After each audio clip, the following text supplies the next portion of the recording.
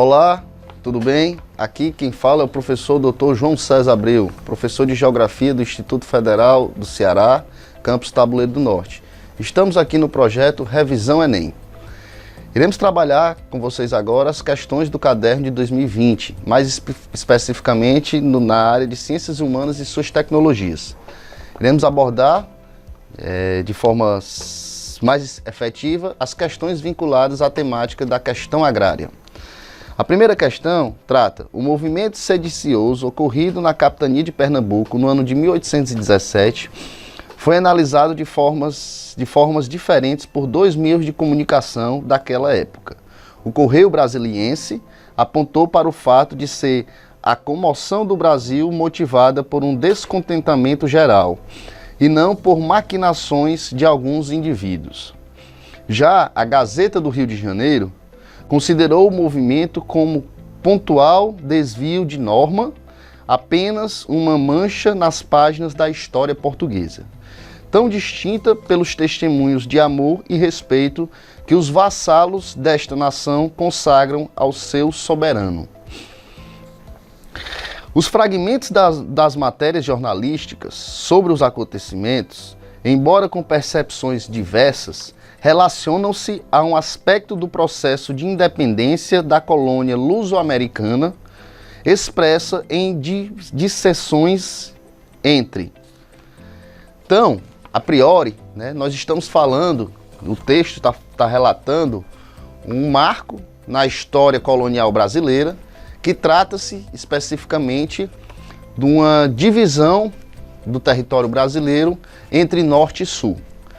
Essa divisão, marcada ainda e consolidada ainda nos períodos pós-capitanias hereditárias, ela corrobora uma fragmentação do território brasileiro entre um norte da cana-de-açúcar, e um sul mais vinculado à mineração. Certo? Então nós temos aí, ao longo da história da formação colonial brasileira, os ciclos econômicos que, de certo modo, evidenciaram a produção econômica do território brasileiro, então a época colônia portuguesa, e diversificaram essas economias ao longo do território. Então nós estamos falando de um movimento que tinha uma forte conotação política, inclusive de separatismo ou de fragmentação do território nacional. Então, em primeiro momento, é preciso entender e contextualizar do que se trata o enunciado da questão. E aí você ingressa no movimento chamado de regionalismo nordestino, ou regionalismo da capitania de Pernambuco, que era uma das capitanias mais promissoras do território colonial brasileiro, em virtude, inclusive, da cana-de-açúcar, da produção da cana-de-açúcar na zona da mata.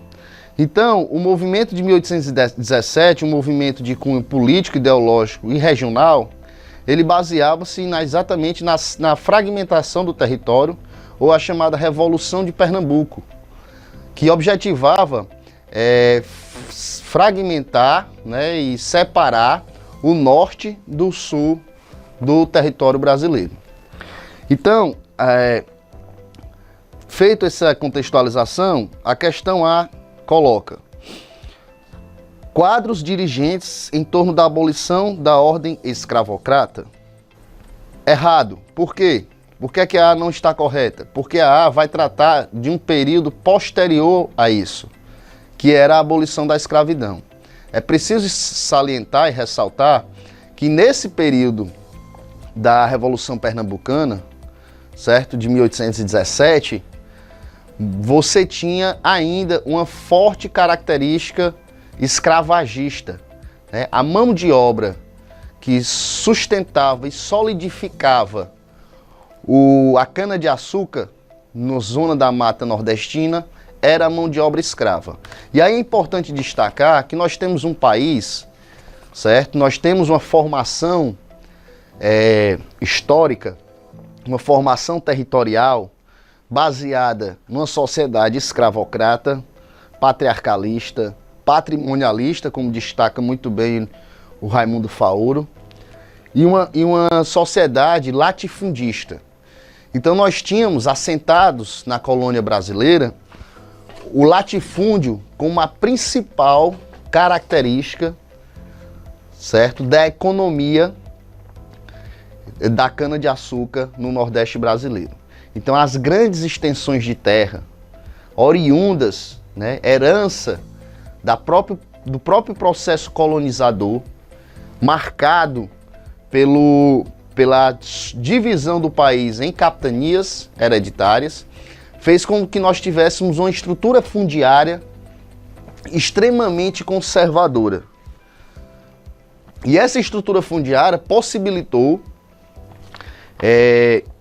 que se solidificasse uma série de contradições ou mesmo de lutas entre diversos sujeitos, desde os camponeses, trabalhadores, até os próprios latifundiários, que ficavam disputando poder político e econômico com o resto do território brasileiro, com as outras regiões, mais especificamente com a região sul do Brasil.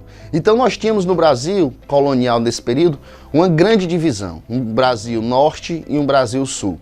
Esse Brasil norte era assentado na cana-de-açúcar, no latifúndio, né, na mão de obra escrava, mas também o sul brasileiro também estava assentado nessas premissas, só que com toques de modernidade. Afinal, logo após esse período, vem a chegada da família real ao Brasil e há uma transferência da capital da colônia de Salvador para o Rio de Janeiro. Então, a letra A ela é errada porque os quadros dirigentes em torno da abolição da ordem escravocrata ainda não estavam assentados nesse período. A abolição da escravidão brasileira, nós sabemos que foi um grande acordo do capitalismo industrial, né, e da burguesia, para que pudesse transformar os escravos em assalariados e com isso fazer circular a essência da produção capitalista. Letra B.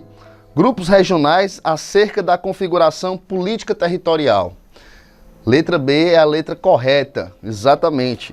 Os grupos regionais, naquele período, inclusive retratados por uma série de músicas, de livros, de literaturas, desde Euclides da Cunha, de Zé Lins do Rego, né, Raquel de Queiroz, marcavam exatamente essa disputa territorial, política e econômica entre o norte e o sul do Brasil.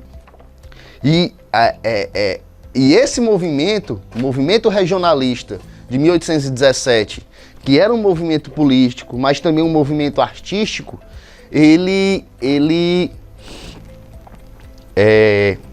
impacta diretamente nas relações de poder e nas relações políticas na colônia brasileira. Então você tem uma série de configurações territoriais que são reflexos dessas políticas econômicas, né, do desenvolvimento econômico dessas regiões e que marcaram essa separação da Revolução de 1817. Então, a primeira questão, a letra B, é a alternativa correta. A letra C é falsa porque os intelectuais laicos acerca da revogação do domínio eclesiástico. Né? Então, você ainda não tinha um movimento forte, certo, de questionamento da ordem eclesiástica, né, no Brasil. Ao contrário, o Estado brasileiro, por muito tempo, foi um Estado católico, né? Estado e Igreja, por muito tempo no Brasil, eram faces da mesma moeda. Letra D. Homens livres em torno da extensão do direito ao voto. Também não, né? O direito ao voto só vai acontecer em outro momento histórico. E as elites locais acerca da ordenação do monopólio fundiário. De certo modo, isso acontecia, né? As elites locais, elas reproduzir uma lógica de ordenação, né, do monopólio fundiário. Mas não é o ponto central da questão. Por quê? Porque a questão não coloca em xeque a estrutura fundiária. A estrutura fundiária, no movimento regionalista de 1817 e a escravidão, elas permanecem intactas. O que se questiona é o movimento político, a configuração política territorial. Inclusive para tentar trazer e manter na capitania de Pernambuco a máxima, né, o local máximo, o lugar máximo da política colonial brasileira.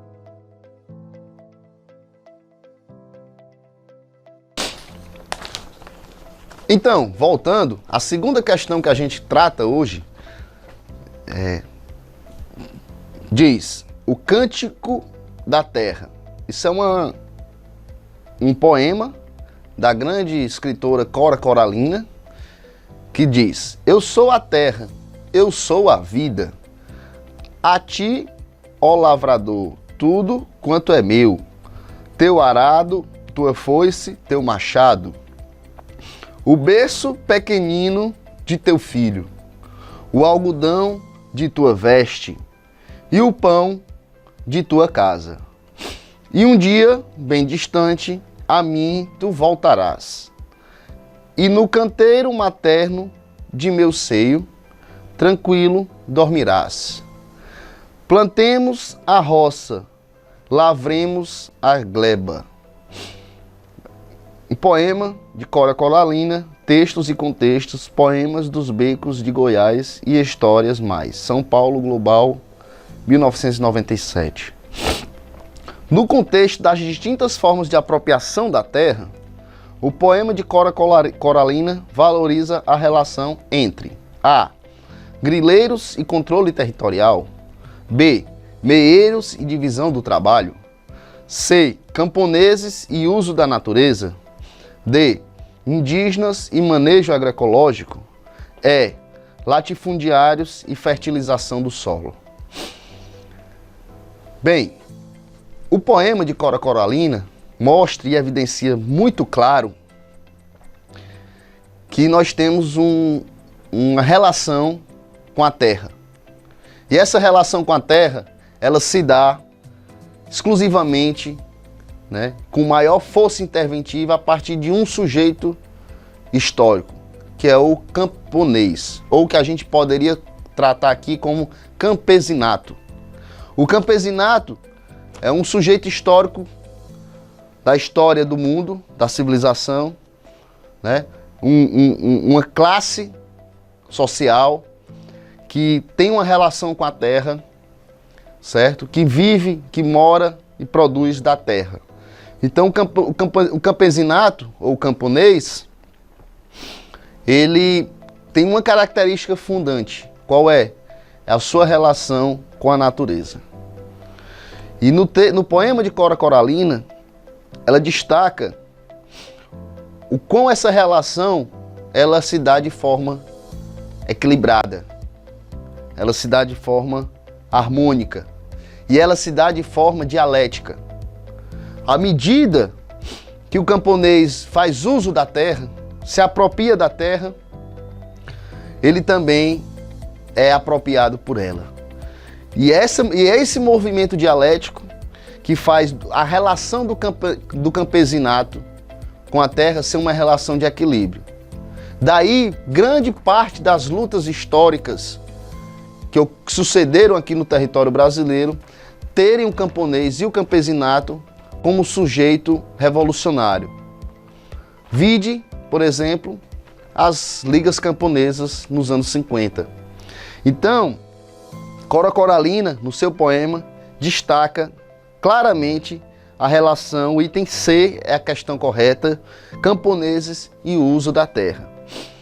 Por quê? Porque é essa relação imbricada no seu modo de vida. O campesinato é um modo de vida.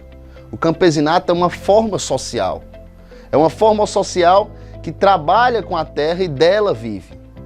Então é importante destacar, inclusive, para o que se dizem muitos, né, de que o campesinato estava em extinção.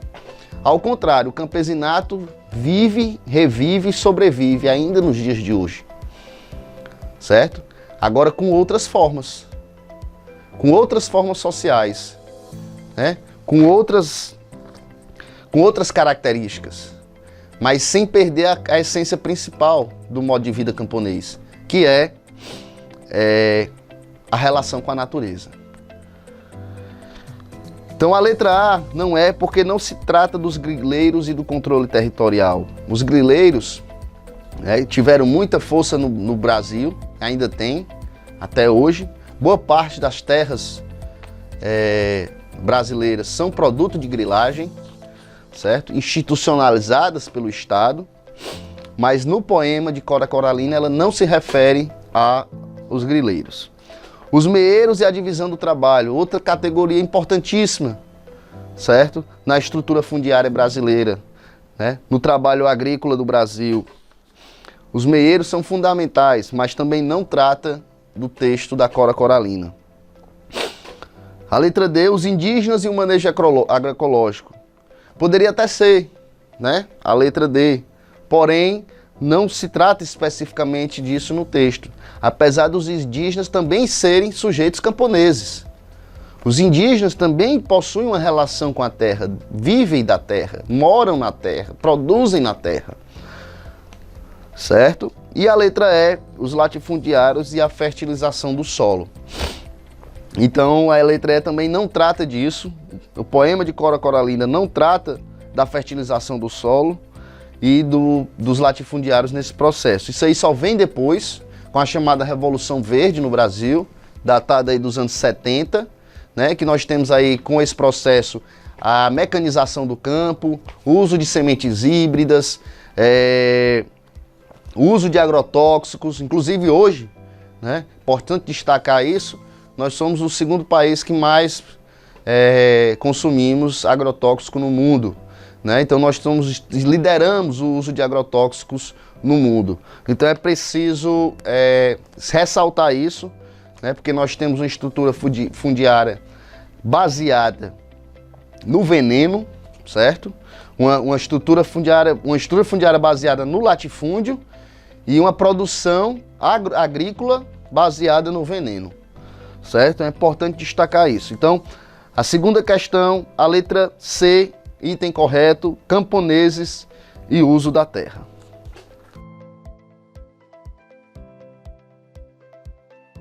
Voltando, a terceira questão, trata-se, o conjunto representado pelo agronegócio demanda condições específicas que passam a ser exigidas dos territórios. Como há uma elevação da formação de fluxos materiais e imateriais, a crescente articulação com as escalas que vão do local ao global terminam por pressionar o Estado a agir visando uma instalação no território de fixos diversos, bem como de uma regulação específica. O mapa e o texto se complementam, indicando que a expansão das rodovias se deu como resposta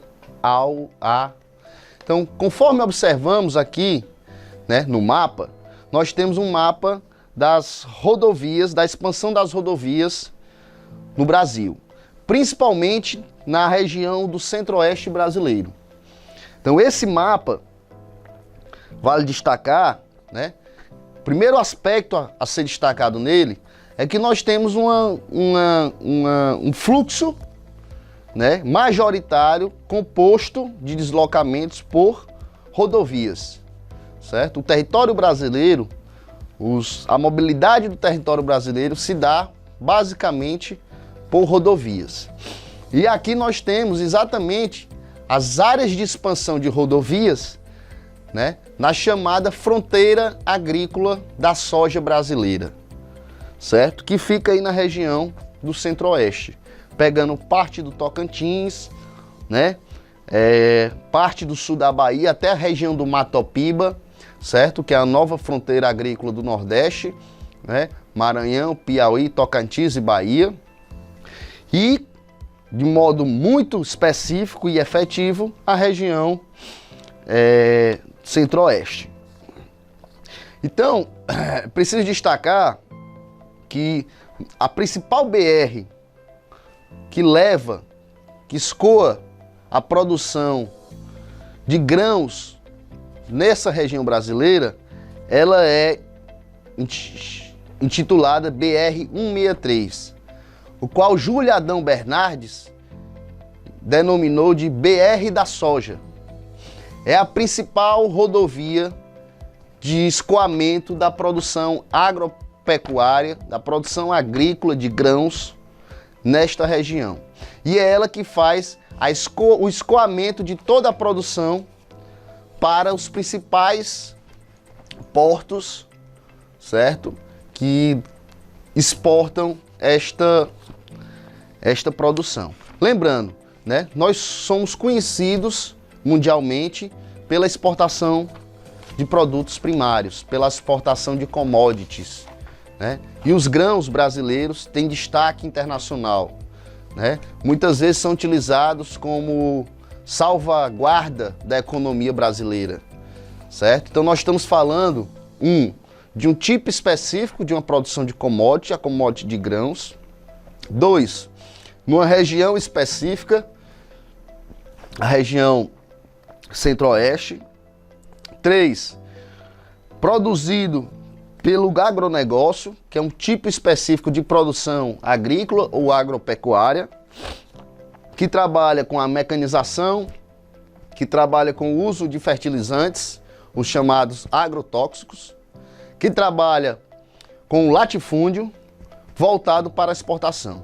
Então, essa característica do agronegócio, essa característica que marca, né, essa economia agrícola voltada para a exportação dos grãos brasileiros, ela traz uma série de problemas e de impactos ambientais para nosso território. Entre eles nós temos o desmatamento, as queimadas, a própria grilagem, né, o marco legal das terras, certo?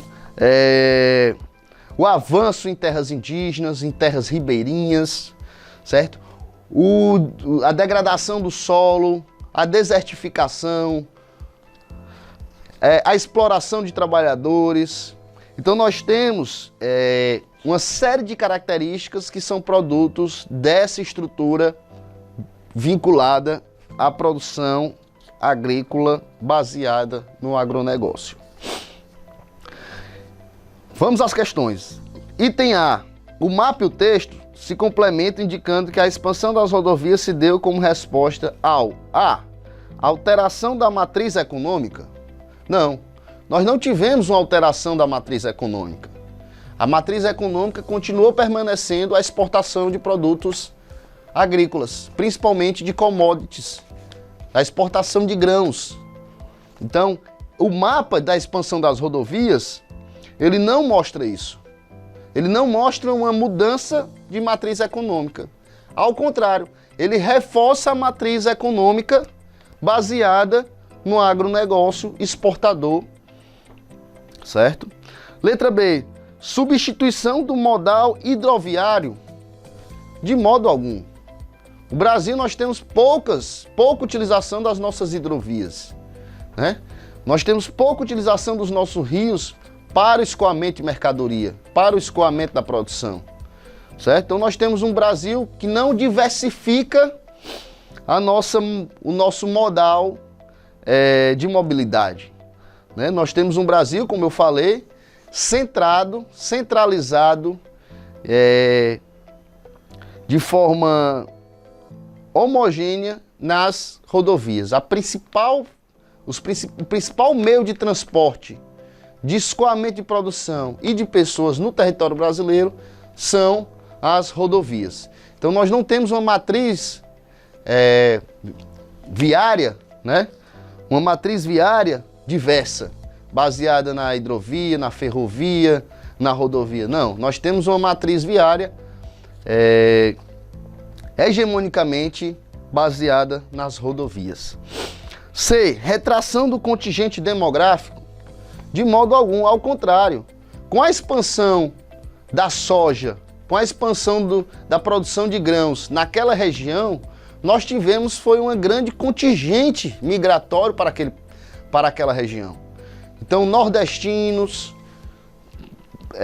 habitantes do norte do país, todos migraram para a região centro-oeste, inclusive desde a construção da capital brasileira, que era Brasília, no governo de Juscelino Kubitschek. D.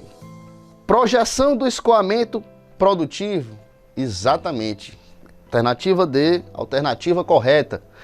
O objetivo desse mapa das expansões das rodovias na região centro-oeste era fazer uma projeção do escoamento produtivo, planejar o escoamento dessa produção de grãos que está crescendo no Brasil, certo? Que tem sido carro-chefe, lobby, né, da economia brasileira.